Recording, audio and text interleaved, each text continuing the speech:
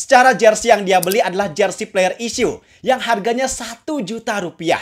Bayangin bang, jersey Adidas harganya 1 juta, tapi kualitasnya kayak yang udah kita lihat ini. Siapa yang gak kecewa coba?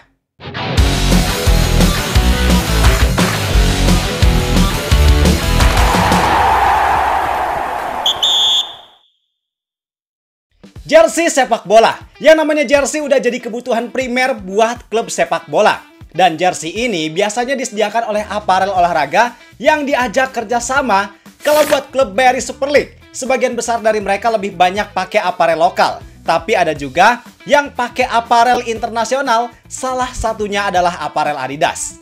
Nah, yang menarik dari Adidas bahwa mereka sebelumnya santer dikabarkan bakalan kerjasama bareng Persib Bandung. Bahkan kabarnya udah ada tawaran, tapi ternyata Persib gak jadi deal dengan Adidas dan lebih pilih Kelmy. Tapi hal itu gak menutup langkah Adidas buat masuk ke kompetisi Super League karena ada klub Super League lain yang berhasil deal dengan Adidas, yaitu PSM Makassar. Di awal launching, beritanya sempat heboh banget bang, karena PSM Makassar dinilai jadi klub yang sukses bisa ngajak kerjasama aparel besar asal Jerman tersebut. Dan desain jersey yang mereka keluarin juga emang cukup bikin banyak orang terpukau.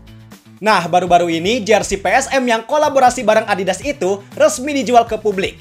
Antusiasme para fans, khususnya fans PSM tinggi banget, sampai mereka rela antri panjang di store offline PSM demi dapetin jersinya.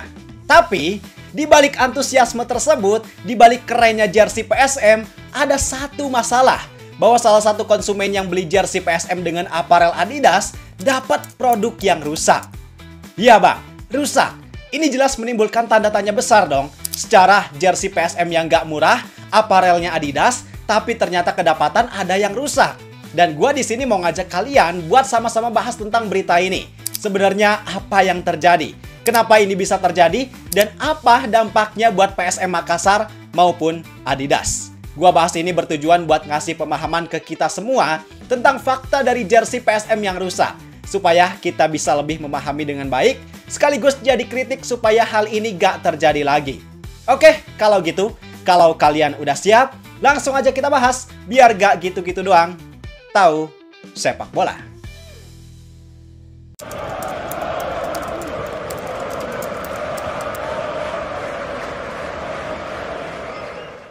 Jadi bang, kita mulai bahas dari faktanya terlebih dahulu. Bahwa kabar ini muncul berdasarkan pemberitaan dari salah satu media berita online bernama Harian Fajar yang dapat informasi langsung dari supporter yang dapat jersey rusak tersebut. Ceritanya, dia beli jersey itu di offline store PSM. Tapi pas nyampe di rumah, pas dia cek jersey-nya, ternyata ada masalah. Masalah itu ada di bagian emblem yang ternyata malah ngebuka kayak gini. Padahal jersey ini katanya sama sekali belum dipakai dan baru beli banget. Tapi jersey-nya udah rusak, rusaknya juga gak nanggung. Karena ini termasuk kerusakan yang cukup berat. Tentu kejadian ini jelas bikin kecewa dong. Secara jersey yang dia beli adalah jersey player issue yang harganya 1 juta rupiah. Bayangin bang, jersey Adidas harganya 1 juta, tapi kualitasnya kayak yang udah kita lihat ini. Siapa yang gak kecewa coba? Walaupun jersey yang rusak ini cuma sebagian kecil dari jersey yang mereka jual, tapi tetap aja ini gak bisa dibiarin. Karena kita nggak tahu, siapa tahu nanti malah kita sendiri yang jadi korbannya. Dan kalau gua lihat komentar orang-orang ada yang kesal, geram, tapi anehnya ada juga yang ngebela. Katanya wajar gampang lupas, karena jersey player issue ini dibuat logonya pakai teknik heat press, yang katanya metode itu sengaja dipakai buat kenyamanan pemain dan risikonya emang bikin logonya gampang ngelupas. Malah orang-orang disuruh beli varian yang lebih rendah, yaitu replika atau supporter version kalau mau lebih awet. Ini pendapat yang kurang tepat dan gak bijak. Terus ada juga yang ngewajarin dan ngebandingin sama aparel lain, khususnya aparel lokal, yang terkadang punya masalah yang sama. Ini juga kurang tepat karena perbandingannya gak apple to apple. Padahal harusnya, fenomena ini jadi hal yang gak boleh diwajarkan. Karena kerusakan ini jelas jadi sebuah kekurangan yang buat kita sebagai konsumen gak bisa ditoleransi. Apalagi buat fans PSM sendiri, yang paling dirugikan adalah kalian. Karena pasti risiko paling besar yang dapat produk rusak ini adalah kalian sebagai konsumen utama yang paling banyak beli jersinya. Harusnya buat teman-teman fans PSM bisa lebih vokal buat menyuarakan ini supaya kejadian yang sama gak terulang lagi. Tapi nggak apa-apa, kalian jangan khawatir karena gua di sini bantu menyuarakannya. Dan biar kita paham sebenarnya kenapa sih logonya bisa gampang copot gini, tentunya ada beberapa penyebab yang paling mungkin. Yang paling umum, karena ini emang bener pakai teknik heat press. Cuman bukan berarti teknik tersebut bikin logonya gampang ngelupas, tapi metode atau implementasinya ada yang salah. Bisa jadi durasi pressnya nggak sesuai atau hal lain sebagainya yang bikin logonya nggak nempel dengan sempurna. Atau bisa jadi tekniknya udah bener, tapi ketika proses shipping atau pengiriman ada faktor lain, misal suhu ruangannya terlalu tinggi, ada tekanan, ada gesekan, dan lain hal sebagainya yang hal itu bisa bikin logonya gampang ngelupas. Terus mungkin juga ada faktor internal yang nggak kita tahu. Karena gue pernah ngobrol dengan salah satu produsen jersey klub BRI Super League, gue gak akan sebut aparel atau klubnya, tapi ada yang bilang ke gue secara langsung, katanya mereka cuma dikasih waktu 2 minggu buat bikin jersey dari nol. Mulai dari desain sampai produksi. Nah, kita nggak tahu nih, bisa aja ada juga masalah internal lain yang mempengaruhi ini. Buat kawan-kawan yang lebih paham masalah produksi jersey, bisa sharing juga di kolom komentar. Tapi yang jelas, apapun itu masalahnya, ketika produk udah disebarluaskan, maka udah seharusnya produk tersebut dalam keadaan siap 100%. Karena yang namanya konsumen nggak mau tahu masalahnya apa, yang jelas ketika mereka ngeluarin uang, ya mereka juga harus dapetin produk yang sepadan. Apalagi ini adalah brand premium sekelas Adidas dengan harga yang tinggi, pasti ekspektasi publik menganggap bahwa harusnya jersey ini nggak ada cacat sama sekali. Maka dari itu, ini bukan masalah sepele, karena ada dampak yang jelas bakalan kerasa, baik itu untuk PSM Makassar maupun Adidas. Dampaknya apa aja? Yang pertama, kepercayaan konsumen bakal turun. Ini jelas jadi dampak yang kerasa banget, karena pada dasarnya dengan brand premium dan harga yang tinggi, otomatis ekspektasi konsumen juga bakalan tinggi. Dan itu jadi risiko yang wajib banget dipenuhi kalau si penjualnya berani masang harga tinggi. Karena logikanya, kalau nggak mampu memenuhi ekspektasi tersebut, ya jangan pasang harga setinggi itu. Simpelnya gitulah. Dan dalam kasus ini, PSM dan Adidas wajib banget memenuhi ekspektasi tersebut. Kalau gagal, dampaknya bakal fatal. Kayak yang sekarang, karena masalah ini udah terjadi, jelas ini nurunin tingkat kepercayaan konsumen. Karena orang-orang bakalan ngerasa, oh ternyata ada kerusakan nih. Worth it nggak ya kalau ngeluarin uang sebanyak itu, tapi ternyata malah dapetin produk yang rusak, yang kualitasnya kurang bagus? Pasti gitu bang. Dan bisa jadi orang yang tadinya udah yakin banget buat beli, tapi karena adanya situasi ini malah jadi ragu, jadi mikir 2 kali, atau bahkan bisa aja nggak jadi beli.